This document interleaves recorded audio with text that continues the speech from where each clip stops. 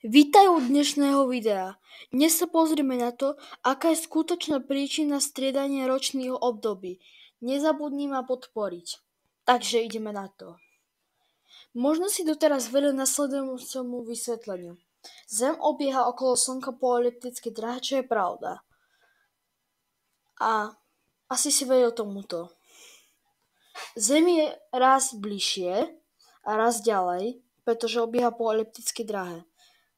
Lenže rozdiel vzdialenosti je len 5 miliónov kilometrov, čo by nemohlo zapríčiniť striedanie ročných období. Takže je to totálna blbosť.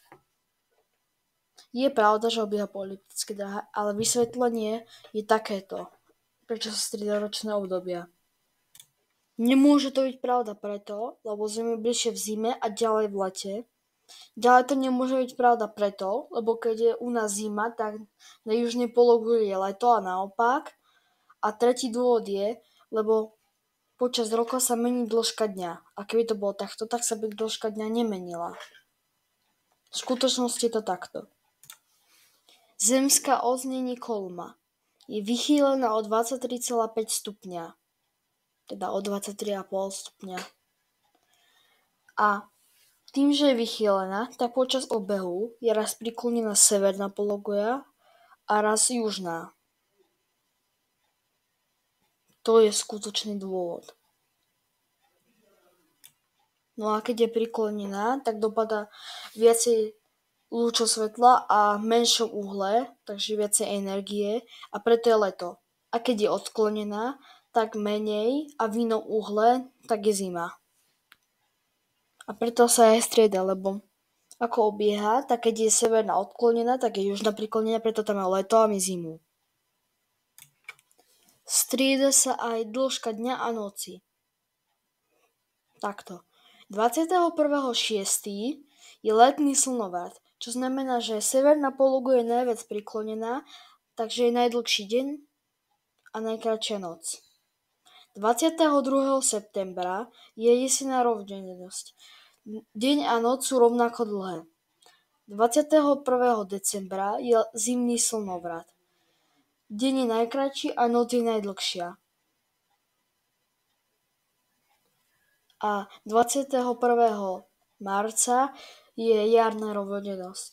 Dni a noci sú opäť takisto dlhé. Možno sa teraz pýtaš, ako je možné, že nie je najchladnejšie počas zimného slnovratu a najteplejšie počas letného slnovratu. No preto, lebo chvíľu trvá, kým sa zohrie zemská atmosféra, oceány a pevnina. A takisto aj chvíľu trvá, kým vychladnú. Ešte platí, že čím väčšia zemepisná šírka, tým väčšie výkyvy v dĺžke dňa a noci. A keď je na severnej pologuli letný slnovrat, tak na severnom póle je polárny deň a naopak. A toto všetko, čo som hovoril, platí tak ako pre severnú, tak aj tak pre južnú pologuľu. A krátke zhrnutie, ako to kde je. Takže na rovníku nie sú žiadne ročné obdobia, v tropických sa strieda obdobie sucha a obdobie dažďa, na póloch polárny deň a polárna noc podľa slnovratov a v strednom pásme sa strieda toto, čo som hovoril. Takže sme na konci, ak sa ti video páčilo, môžeš ho podporiť lajkom a zdieľaním a taktiež môžeš podporiť aj mňa odberom. Ahoj. A zabudol som, zem není doska, ale guľa. Lebo keby bola doska, tak by toto nefungovalo. Ahoj.